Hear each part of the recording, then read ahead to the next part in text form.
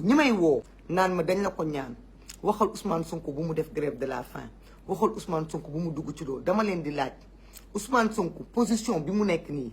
ban combat la mën a def moom pour apporter solidarité avec ses sœurs qui sont en prison ban combat la mën a def Ousmane Sonko gor la